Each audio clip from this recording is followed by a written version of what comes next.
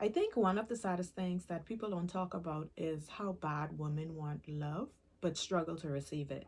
And I don't just mean romantically, I mean care, softness, consistency, reassurance, and emotionally safety.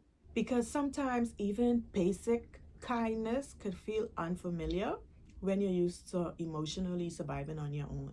And I think a lot of women became emotionally guarded long before they realized it, especially women who always had to be the strong one, the independent one, the emotionally mature one. Because after a while, you stop expecting people to show up for you, so you adapt. You become hyper independent, hyper aware, emotionally self efficient. And from the outside, people admire that. They would see you as strong. But deep down inside, some women are exhausted because constantly carrying yourself emotionally becomes heavy over time. Anybody who bear that burden, it becomes heavy. And honestly, I think that survival teach women that vulnerability is unsafe. Maybe they grow up emotionally unsupported, or maybe they were disappointed repeatedly. Maybe expressing themselves made them feel ignored or too emotional.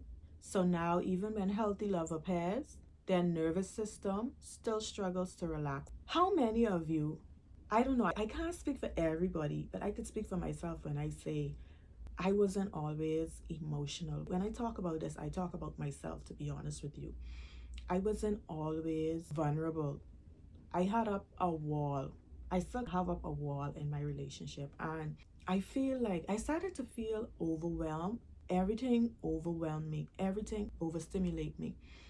And it was hard for people to even, I feel like, be around me because I was always so irritated.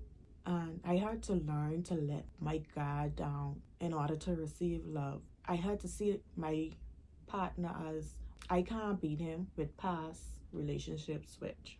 Like masculine things that I used to do, I no longer do because I allow myself to be vulnerable, soft. I tap into that femininity. So when I speak about all this stuff, I speak about my past experience. I only could speak from my past experience. Let's jump back into it before I get overboard. Maybe expressing themselves made them feel ignored or too emotional. So now, even when healthy love appears, they struggle to receive it. Their nervous system still struggles to relax it because you could genuinely want connection while struggling to trust it fully. And like I said earlier, I feel like a lot of women so used to being in survival mode that receiving softness alone feels uncomfortable to them.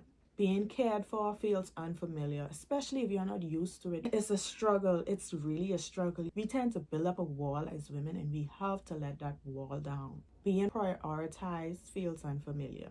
Being emotionally safe feels unfamiliar.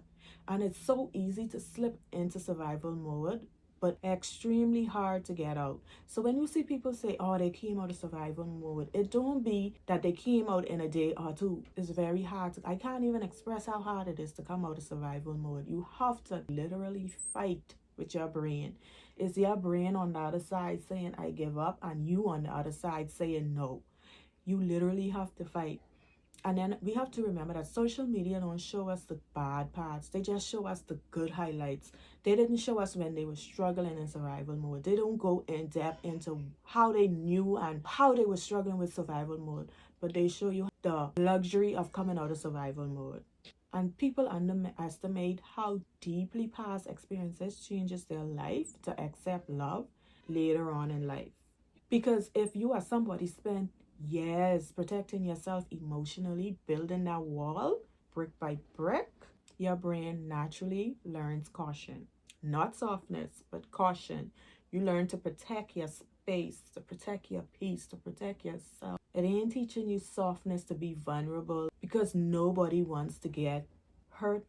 Let me not even say hurt. Nobody wants to be disappointed over and over. So your brain put up a wall to protect you from that. Honestly, I think social media glamorize emotional detachment sometimes. Everybody wants the same unbothered, hard to access, emotionally unavailable. But deep down, a lot of people are craving connection. A lot of people are craving love. But everybody just want to put on a front that, oh, I ain't interested in love. Many nights, plenty of the same people on social media who say they don't want love, who cutting off themselves from the outside. Plenty of them going to sleep lonely at night, praying to God, asking God to send them someone for connection, someone for companionship, and all those other stuff. They just scared of disappointment, especially women who experience inconsistently, constantly.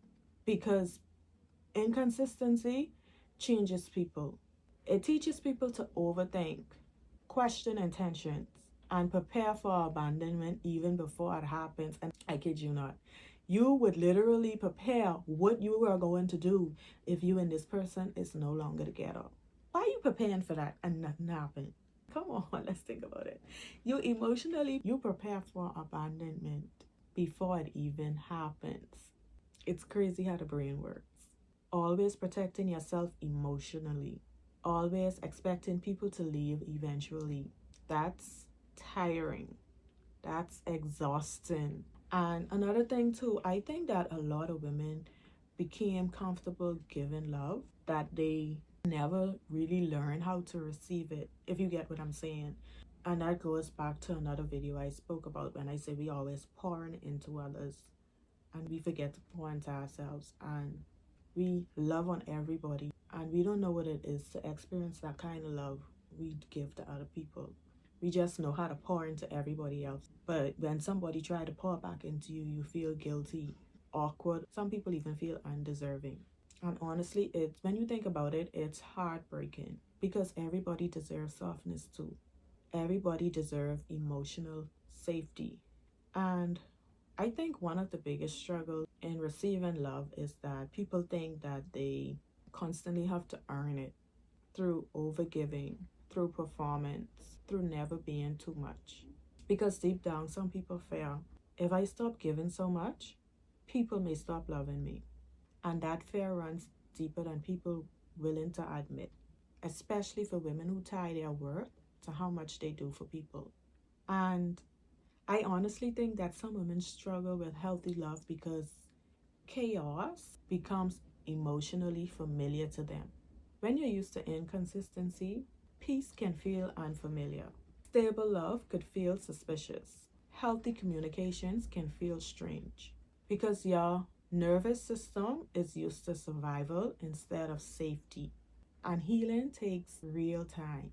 And I think healing really starts to kick in when people realize that they no longer have to constantly protect themselves from everybody, and that everybody's not trying to hurt them, or everybody isn't trying to leave them, and everybody isn't trying to disappoint them.